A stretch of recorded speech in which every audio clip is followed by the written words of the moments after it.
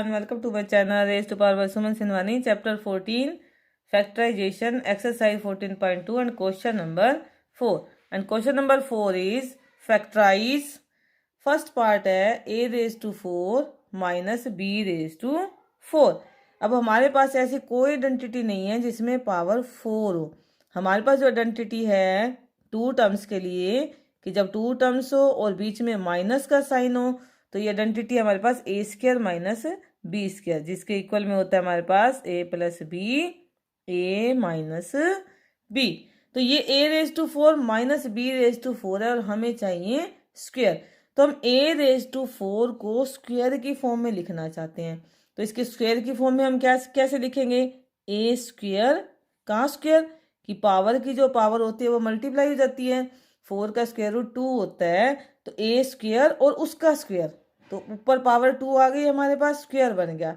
इसी तरह से b रेज टू 4 को हम क्या लिख सकते हैं? b square and whole raise to power 2. B square और फिर पूरे का स्क्वायर वापस मल्टीप्लाई करके देखो तो ये बी रेज टू पावर 4 हो जाती है. क्लियर? तो इस तरह से हमने इन दोनों टर्म्स को स्क्वायर की फॉर्म में चेंज कर लिया. अब ये बन गया, ये सारा है हमारे पास ए स्क्वायर माइनस ये सारा क्या है बी. तो A square minus B square equals में क्या होता है? A plus B A minus B.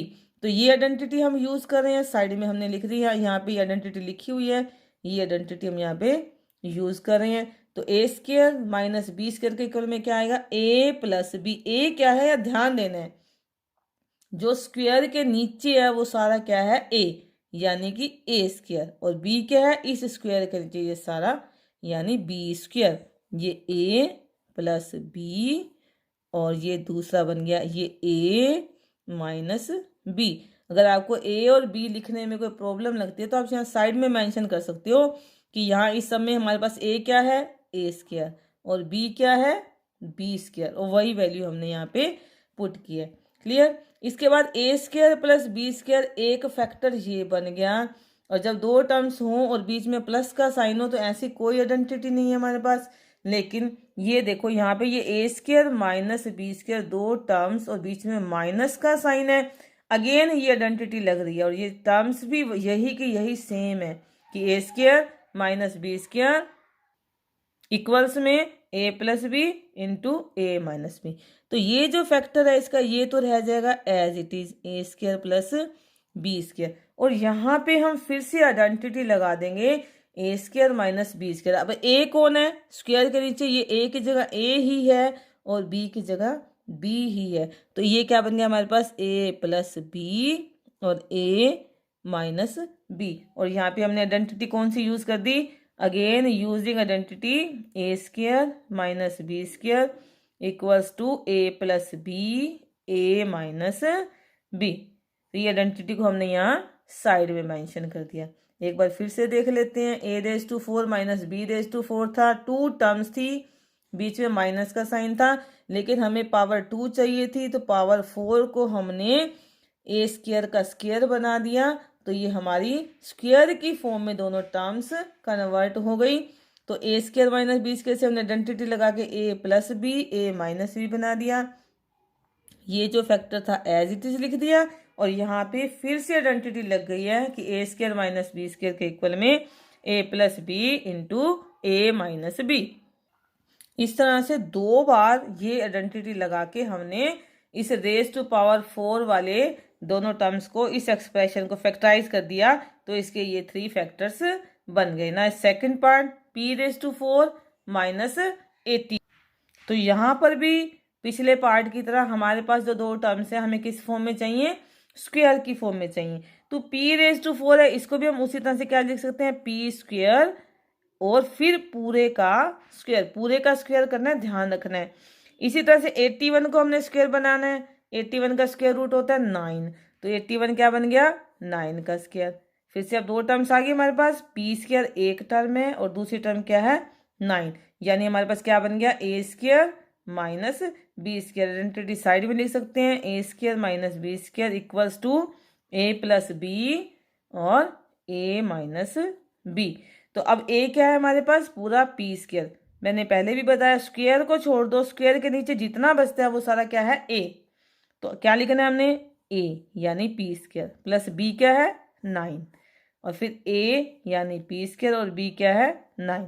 तो P square plus 9, P square minus 9। फिर से इसमें हमें कोई आइडेंटिटी लगती नहीं दिख रही, क्योंकि दो टर्म्स में प्लस का साइन हो, कोई आइडेंटिटी नहीं लगती। लेकिन यहाँ पे हम देख रहे हैं जो 9 है फिर से परफेक्ट स्क्वायर नंबर है, तो इस टर्म को मैंने ऐसे ही लिख दिया पी स्क्वायर प्लस 9, और ये हो गया हमारे पास पी स्क्वायर, और 9 परफेक्ट स्क्वायर है किसका, 3 का स्क्वायर है ये, तो P square minus 3 square.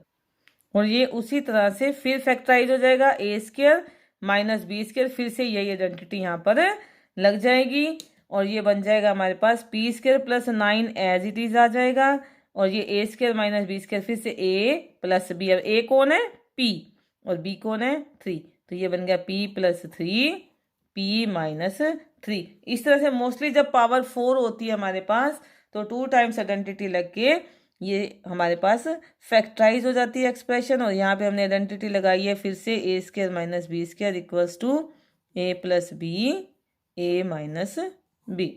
Clear. Now third part, X raise to 4 minus Y plus Z whole raise to 4।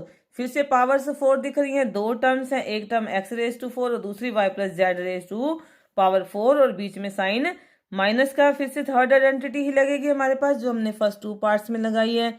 इसी तरह से देखो हम इसको कन्वर्ट कर लेंगे स्क्वायर की फॉर्म में, तो ये हो जाएगा एक्स स्क्वायर का स्क्वायर, और वाई प्लस जेड पूरे की पावर 4 थी, और वो पूरे की ही रहनी चाहिए, और कन्वर्ट स्क्वायर की फॉर्म में करना है, तो हम y प्लस जेड होल का स्क्वायर और फिर उस पूरे की पावर 2 लिखेंगे, तो ये स्क्वायर की फॉर्म में चेंज हो जाएगा। ध्यान से देखें इसको, y प्लस जेड का होल स्क्वायर और फिर होल स्क्वायर का भी होल स्क्वायर, तो पावर की पावर मल्टीप्लाई हो जाती है, तो ये 2 2 जा 4 वापिस बन जाता है अगर बनाए तो। अब ये हमारे पास फॉर्म बन गई a square minus B square.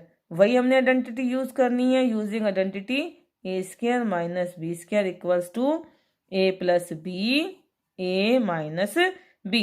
अब आप ध्यान से देखो यहाँ पे ए क्या है, कंफ्यूज नहीं होना आपने, ए क्या है स्क्वायर के नीचे सारा, आप यहाँ साइड में लिख लो बेशक, ए क्या है एक्स स्क्वायर, और आपका बी क्या है इस स्क्वायर के नीचे ये जो पूरी टर्म है बी, वाई प्लस जेड का whole square, Y plus Z का होल स्क्वायर, ये सारा बी है, सिर्फ स्क्वायर को छोड़ना है, स्क्वायर के नीचे सारा का सारा बी, तो ए प्लस बी ए माइनस बी लिख लेंगे, ए प्लस ये बी है पूरे का होल स्क्वायर, और ऐसे यहाँ पे लिख लेंगे ए यानी X square minus B, B है वाई प्लस जेड का होल स्क्वायर। अब उसी तरह से ये फिर से दो टर्म्स है, बीच में प्लस का साइन है, ये फैक्टराइज नहीं होगा, इसको हम एक्सपेंड भी नहीं करेंगे, ऐसे ही छोड़ देंगे, ये फैक्टर एज इट इज रह जाएगा हमारे पास। और यहाँ से फिर देख रहे हैं हम ए स्क्वायर माइनस बी स्क्वायर का बी स्क्वायर की आइडेंटिटी फिर से लग रही है, और यहाँ पे अब देखो आप ए क्या है एक्स का स्क्वायर और बी क्या है वाई प्लस जेड, ए है एक्स और बी है वाई प्लस जेड, तो A square minus B square फिर से आइडेंटिटी लगा रहे हैं हम। जब भी हम आइडेंटिटी लगाते हैं हम साइड में जरूर लिख लेते हैं कि using identity A square minus B square equals to A plus B A minus B. अब यहाँ पे देखो आप ए क्या आएगा हमारे पास एक्स, इस स्क्वायर के नीचे सिर्फ एक्स है, तो ए क्या है एक्स और बी क्या है वाई प्लस जेड। और ये जो फैक्टर है ये एज इट इज आ गया X square plus Y plus Z का होल स्क्वायर, और ये A square minus B square से क्या बन गया ए प्लस बी यानी X plus Y plus Z, और जब ए माइनस बी लिखेंगे तो एक्स माइनस और जिसको माइनस करना है उसको हम ब्रैकेट में लिख देंगे वाई प्लस जेड को, और उसके बाद ये हमारे पास बन गया ये फैक्टर एज इट इज आ गया, ये X plus Y plus Z बन गया, और जब माइनस के साथ हम ब्रैकेट खोलेंगे तो ये क्या बन गया एक्स माइनस वाई और इसका साइन चेंज हो गया क्या हो गया जेड। तो इस तरह से इस सारे को हमने 3 फैक्टर्स में फैक्टराइज कर लिया और डबल आइडेंटिटी हमने लगाई है। पार्ट की तरह एक्स रेज टू 4 माइनस यहाँ पे प्लस की टर्म थी वाई प्लस जेड की पावर 4 थी, यहाँ पे एक्स माइनस जेड की पावर 4 है, बाकी सब सेम है। उसी तरह से ये एक्स स्क्वायर का स्क्वायर बन गया और ये एक्स माइनस जेड का स्क्वायर और फिर पूरे का स्क्वायर। उसी तरह से आइडेंटिटी लगा लेते हैं हमने using identity A square minus B square equals to A plus B A minus B, ये आइडेंटिटी लगा देंगे यहाँ पे। तो ये क्या बन जाएगा, ए क्या है हमारे पास, एक्स स्क्वायर। अब पिछले पार्ट में आपने अच्छे से लिखना देख लिया, तो ए प्लस बी, ये बन गया A plus B, A minus B. Clear. अब फिर से वो ये पार्ट एज इट इज आ जाएगा, ये वाला factor x square plus x minus Z का होल स्क्वायर, और यहाँ पे फिर से आइडेंटिटी लग रही है ए स्क्वायर माइनस बी स्क्वायर। उसी तरह से अब ए क्या है, एक्स, और बी क्या है, एक्स माइनस जेड, और हमने लिखना है ए प्लस बी, बी क्या है, एक्स माइनस जेड। तो ये बन गया ए प्लस बी। उसी तरह से ए माइनस बी लिखेंगे, तो जिसको माइनस करना है उसको एक बार ब्रैकेट में लिख लेंगे। आइडेंटिटी उसी तरह से आप साइड में लिख लेंगे कि A square minus B square equals to A plus B into A minus B. अब इसको हम सोल्व कर सकते हैं, चाहे तो हम इसको भी सोल्व कर सकते हैं। अगर इसको सोल्व करें, सिंप्लीफाई करें इसको, इस फैक्टर को, तो एक्स एक्स की टर्म हमारे साथ सोल्व हो सकती है, चाहे तो हम इसको ऐसे भी छोड़ सकते हैं। तो ये फैक्टर हमारे पास ऐसे कि ऐसे आ गया, सोल्व नहीं किया हमने इसको। और इसको सोल्व करेंगे तो देखो x plus x 2x minus Z, और इसको सोल्व करेंगे तो एक्स माइनस एक्स, और ये माइनस माइनस प्लस हो गया, प्लस का एक्स और माइनस का एक्स कैंसिल हो गया, सिर्फ क्या बच गया, जेड। और इस फैक्टराइजेशन का सबसे छोटा फैक्टर है जेड, इस ब्रैकेट के अंदर सिर्फ जेड बचा और मल्टीप्लाई में है, तो इस जेड को हम सबसे आगे लिख देंगे। यहाँ सबसे पहले ये फैक्टर जेड लिख देंगे, मोनोमियल है, इसको हम बिना ब्रैकेट के भी लिख सकते हैं। उसके बाद ये बाइनोमियल वाला फैक्टर है, इसको हमने यहाँ लिख दिया, और इसके बाद ये सबसे बड़ा फैक्टर जो था x square plus x minus Z का होल स्क्वायर, इसको हमने यहाँ लास्ट में लिख दिया। तो इस तरह से ये फिर से थ्री फैक्टर्स में फैक्टराइज हो गया। Now fifth part, A raise to 4 minus 2 A square B square plus B raise to power 4। अभी हमारे पास 3 टर्म्स हैं, और ये 3 टर्म्स में बीच में माइनस का साइन है, तो सेकंड आइडेंटिटी लग सकती है यहाँ पे हमारे पास। ए रेज टू 4 को हमने ए स्क्वायर का स्क्वायर बना लिया, क्योंकि तीनों आइडेंटिटीज में हमारे पास ए स्क्वायर और बी स्क्वायर ही है, तो हमने स्क्वायर की फॉर्म में चेंज कर लिया इसको। इसी तरह से मैंने पहले भी बताया था, इस दूसरी टर्म को भी हमने स्क्वायर की फॉर्म में बना लिया, बी स्क्वायर का स्क्वायर हो गया, ये पिछले कई पार्ट्स में कर चुके हैं। और यहाँ पे हम देखेंगे -2, ये हमारी फर्स्ट टर्म और ये हमारी सेकंड टर्म, इनको हम मल्टीप्लाई, इन दोनों टर्म्स को यहाँ मल्टीप्लाई करते हैं, यानी कि 2ab बनाते हैं, और इसे मैच करते हैं कि ये ठीक बन गई या नहीं बन गई। अब ये इसके इक्वल में बन गई है 2a square B square, it means यहाँ हमारे पास थर्ड आइडेंटिटी लग जाएगी। तो वही हमने यूजिंग आइडेंटिटी ए square minus 2ab plus B square equals में क्या आ जाएगा, ए माइनस बी का होल स्क्वायर, ये लगा लेनी है। आइडेंटिटीज आपको अच्छे से लर्न होनी चाहिए, क्योंकि अगर आप आइडेंटिटी रोंग लगाओगे तो सारा सम उसी टाइम रोंग हो जाएगा। तो अब हमारे पास ए क्या है, यहाँ ध्यान देना, ये है ए, स्क्वायर के नीचे ये ए, और ये सारा क्या है हमारे पास बी। तो क्या बन गया, ए माइनस बी का होल स्क्वायर, ए यानी ए स्क्वायर माइनस बी क्या है, बी स्क्वायर, तो A square minus B square और पूरे का ये वाला होल स्क्वायर। क्लियर। तो जब होल स्क्वायर बन गया, इसका मतलब जो बेस है वो 2 बार आएगा, ए स्क्वायर माइनस बी स्क्वायर, ए स्क्वायर माइनस बी स्क्वायर।